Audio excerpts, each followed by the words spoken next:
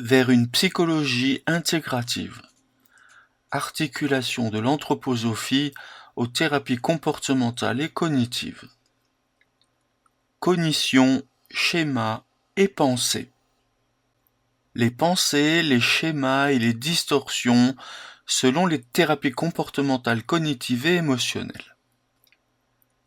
La deuxième grande assise des thérapies comportementales cognitives et émotionnelles repose sur la reconnaissance du rôle central des pensées dans la genèse et le maintien des troubles émotionnels. Le courant cognitiviste, qui a succédé au behaviorisme, a ouvert un champ nouveau en démontrant que l'émotion est souvent le résultat d'une interprétation, d'une construction mentale, d'un dialogue intérieur dont la tonalité influence directement notre vécu affectif. Ainsi, il ne s'agit plus seulement d'observer les comportements, mais d'explorer les pensées automatiques, les croyances profondes, les schémas précoces et les structures mentales implicites qui guident nos réactions. Une personne ne souffre pas uniquement à cause de ce qui lui arrive, mais à cause de la signification qu'elle attribue à ce qui lui arrive. Et cette signification est souvent biaisée, exagérée, rigide ou inconsciente. De là découle tout un arsenal thérapeutique centré sur l'identification et la restructuration des cognitions dysfonctionnelles. Le praticien aide le patient à mettre au jour ses pensées automatiques, à repérer les distorsions cognitives, à les questionner et à les confronter avec des alternatives plus ajustées. Ce travail peut s'étendre à l'analyse des schémas de vie, des croyances fondamentales sur soi, le monde et les autres, qui agissent comme des filtres inconscients. Cette approche a permis d'établir une cartographie fine des processus mentaux qui sous-tendent les émotions. Les scénarios catastrophes, les généralisations abusives, les jugements négatifs récurrents, les anticipations d'échecs sont autant de manifestations de ces schémas.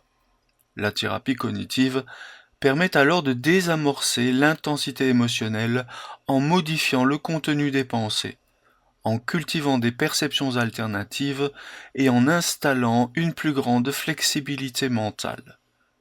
Cependant, cette approche reste centrée sur l'idée que la pensée précède l'émotion et que le changement émotionnel passe par un ajustement rationnel. Si cette hypothèse est utile et souvent vérifiée, elle laisse de côté la dimension symbolique, morale, évolutive et spirituelle de la pensée. Elle tend à considérer la pensée comme un outil à corriger, plutôt que comme une force à éveiller. La pensée comme force créatrice et formatrice de l'âme. Dans la perspective anthroposophique, la pensée ne se réduit pas à un simple mécanisme cognitif. Elle est une puissance, un organe, une activité qui relie l'homme au monde et à lui-même. Elle ne se contente pas de représenter la réalité, elle la structure, elle l'anime, elle la révèle. Chaque pensée que nous formons agit sur notre corps astral, sur notre biographie intérieure et sur notre devenir spirituel. Ainsi, lorsqu'une pensée répétitive, négative ou mensongère s'installe dans la conscience, elle n'est pas seulement une erreur à corriger, elle est une force formatrice, qui agit sur les corps subtils, qui façonne le champ émotionnel, qui modifie la relation au monde.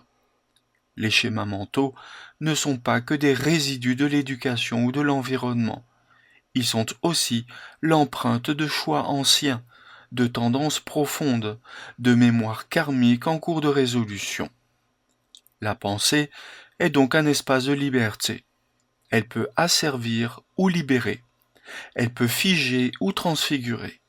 L'anthroposophie enseigne que l'homme peut devenir maître de sa pensée, non pas par un simple effort rationnel, mais par un travail intérieur soutenu. Discipline de la pensée, éveil du discernement, élévation de l'idéal, méditation imaginative. Ce n'est pas tant le contenu de la pensée qui importe, mais la manière dont elle est portée, la qualité morale qui l'anime, l'intention qui la guide. De plus, la pensée ne précède pas toujours l'émotion.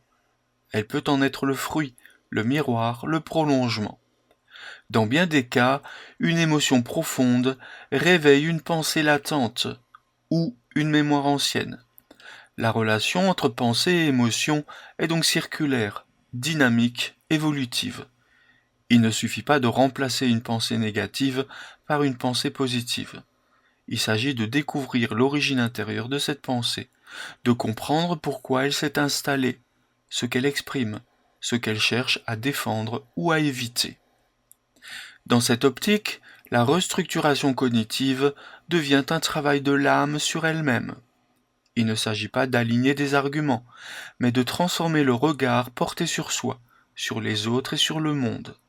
La pensée devient un outil de connaissance de soi, de guérison et d'éveil. Elle n'est plus un simple instrument d'analyse, elle devient un chemin de vérité intérieure. Ainsi, la pensée, telle que la conçoit l'anthroposophie, est un acte spirituel. Elle engage l'être tout entier. Lorsqu'elle devient consciente, orientée, pénétrante, elle éclaire le vécu émotionnel et le relie à une trajectoire d'évolution. Loin de s'opposer aux outils cognitifs des thérapies comportementales cognitives et émotionnelles, cette vision les prolonge, les approfondit, leur donne une assise plus vaste. Elle invite à passer de la correction à la compréhension, du symptôme au symbole, de l'ajustement à la transfiguration.